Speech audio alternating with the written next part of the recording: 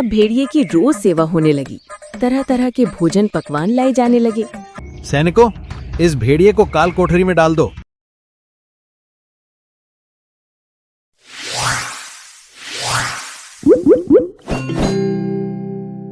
कहानी जोन्स।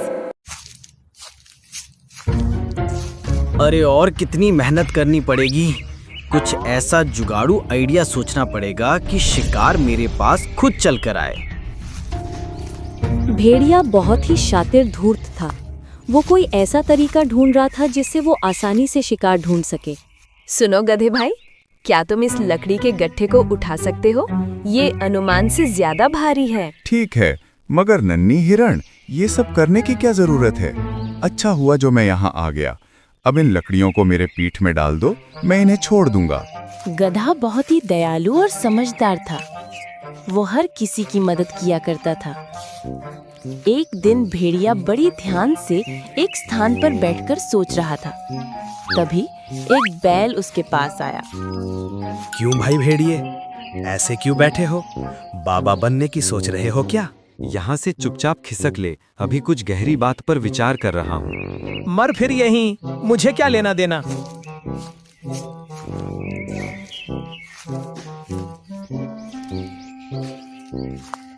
तभी उसके दिमाग में एक उपाय आया।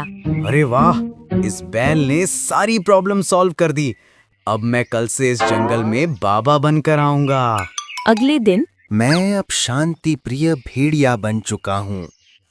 इस संसार से मेरा मोह उठ गया है बाबा। पहले मैं नादान था, बेवजह यहाँ वहाँ घूमता रहता था और किसी भी जानवर की हत्या करके उसे खा जाता था।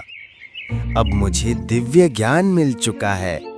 जाओ, जंगल में ऐलान कर दो, ज्ञान बाबा इस जंगल में अपना आशीर्वाद देने आए हैं। हिरण भेड़िए की बातों में फंस चुका था। वो सभी जानवरों तक ये बात फैला देता है कि भेड़िया अब यानी बाबा बन चुका है।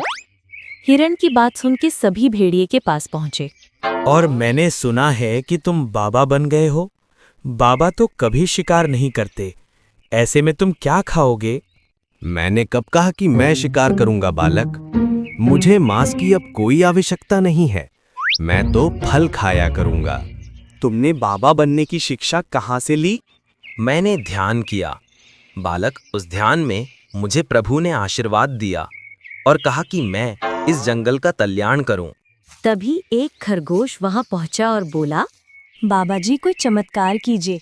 मेरे बच्चे के पेट में बहुत दर्द हो रहा है, उसका इलाज कीजिए।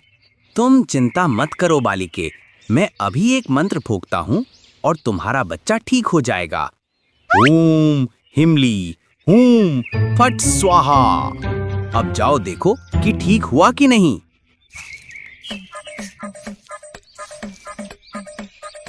खरगोश अपने बच्चे को चेक करके आता है। बाबा जी की जय हो। अद्भुत बाबा जी, मेरा बच्चा बिल्कुल ठीक है। उसका दर्द छू मंतर हो गया है। अब सभी भेड़िए की चाल में फंस चुके थे। उन सभी को विश्वास हो चुका था कि भेड़िया बाबा बनकर चमत्कार करता है। अब भेड़िए की रोज सेवा होने लगी। तरह तरह के भोजन पकवान लाए जाने लगे। भेड़िए का दिन अच्छे से कटने लगा। मगर एक दिन रोज खाने के लिए मिलता तो जरूर है, मगर आखिर ठहला मैं मांसाहारी जानवर।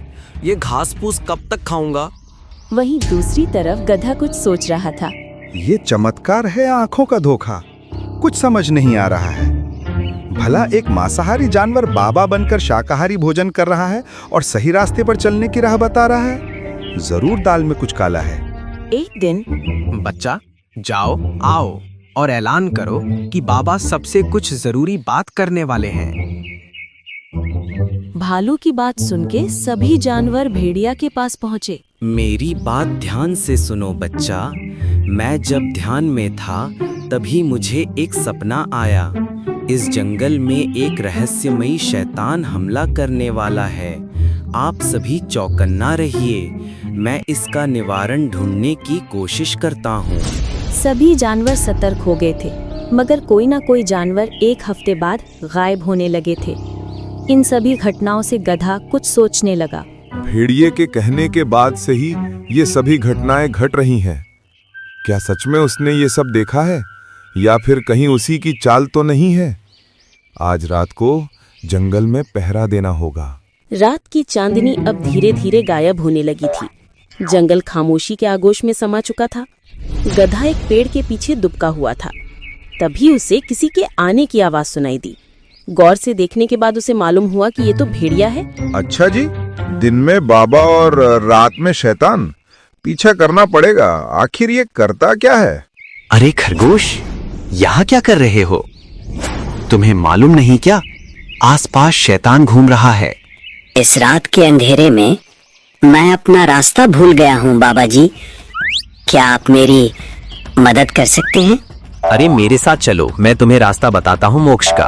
और भेड़िया उसे झाड़ियों में ले गया और उसका शिकार कर दिया।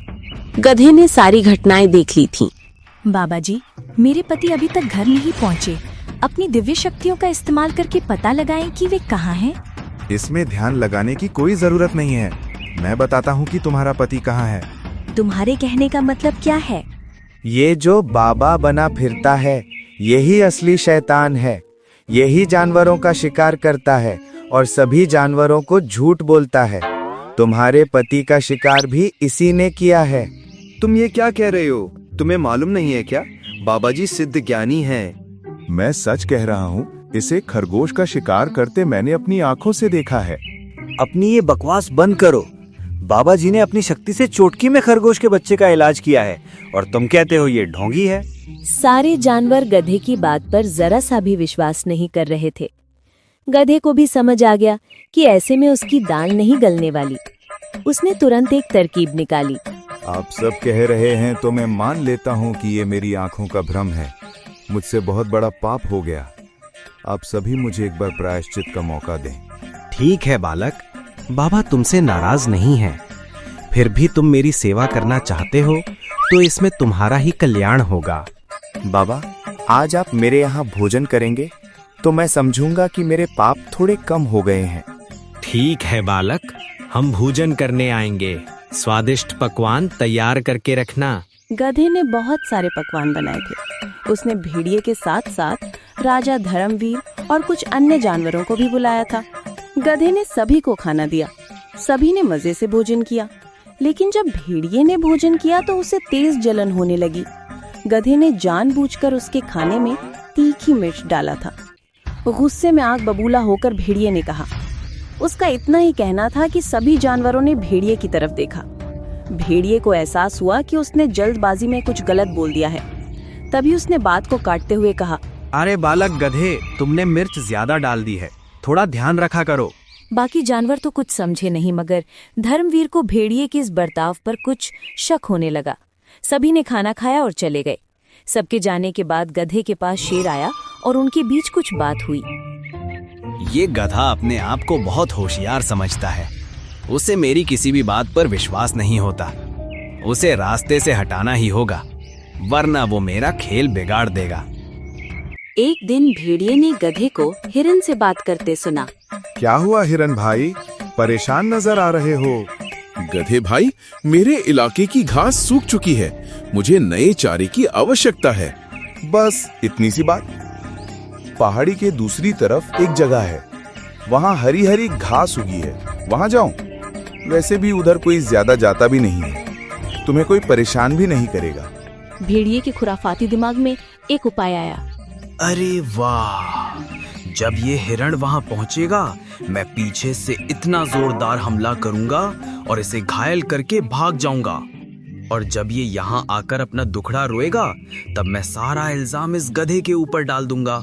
बोलूंगा कि गधा ही असली शैतान है जो भेष बदलकर जंगल में रहता है। हिरन हरी हरी घास देखकर बहुत खुश हो रहा था। उसे मालूम नहीं था कि भेड़िया उसके ऊपर नजर टिकाए बैठा है। अरे वाह, गधे ने सही कहा था, यहाँ तो सच में नई नई घास है। हिरन घास खाने में मग्न हो गया। मौका पाकर भेड़िए ने हिरन पर हमला कर दिया, मगर भेड़िया कुछ और कर पाता उसके पहले धर्मवीर, गधा और कुछ जानवर वहां आ पहुंचे। रुक जा ढोंगी, तुम्हारा खेल खत्म हुआ, छोड़ दे उसे। महाराज, आप यहाँ कैसे? आप जो समझ रहे हैं वो सब गलत है। मैं तो बस हिरण की सुरक्षा के लिए यहाँ मौजूद हूँ। अच्छा, उसकी सुरक्षा के लिए या उसे अपना निवाला बनाने के लिए?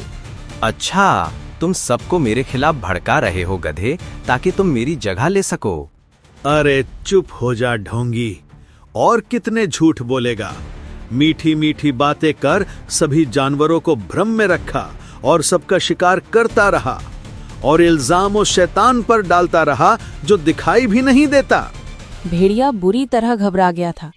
उसकी पोल खुलते देखकर उसने गिड़गिड़ाते हुए कहा, महाराज, मुझे माफ करें। तुम्हारी माफी नहीं, सजा होगी। वो तो अच्छा हुआ कि गधे ने खाने पर बुलाया और तीखी मिर्च तुम्हारे खाने में डालकर तुम्हारा मुंह खुलवाने की कोशिश की। उसी समय मुझे तुम पर शक हुआ और मैंने गधे और हिरण के साथ मिलकर ये योजना बनाई। सैनिकों, इस भेड़िए को काल कोठरी में डाल दो। रुकिए महाराज, मुझे एक बात जाननी है कि इसने खरगोश के बच्चे का इलाज बैठे बैठे कैसे किया? मैंने खरगोश के बच्चे को एक जड़ी बूटी खिलाई थी, जिससे पेट में गैस बनती है और थोड़ी देर तक दर्द होता है, मगर बाद में दर्द अपने आप कम हो जाता है। खरगोश जब आई तब दर्द था, और जब तक वे दोबारा चेक करने पहुंची तब तक दर्द कम हो चुका था। गधे की योजना से भेड़िए की सच्चाई सामने आ गई थी। सभी जानवरों ने गधे से माफी मांगी और कसम खाई कि बिना जांच पड़ताल करे कभी भी किसी की मीठी बातों में नहीं आएंगे।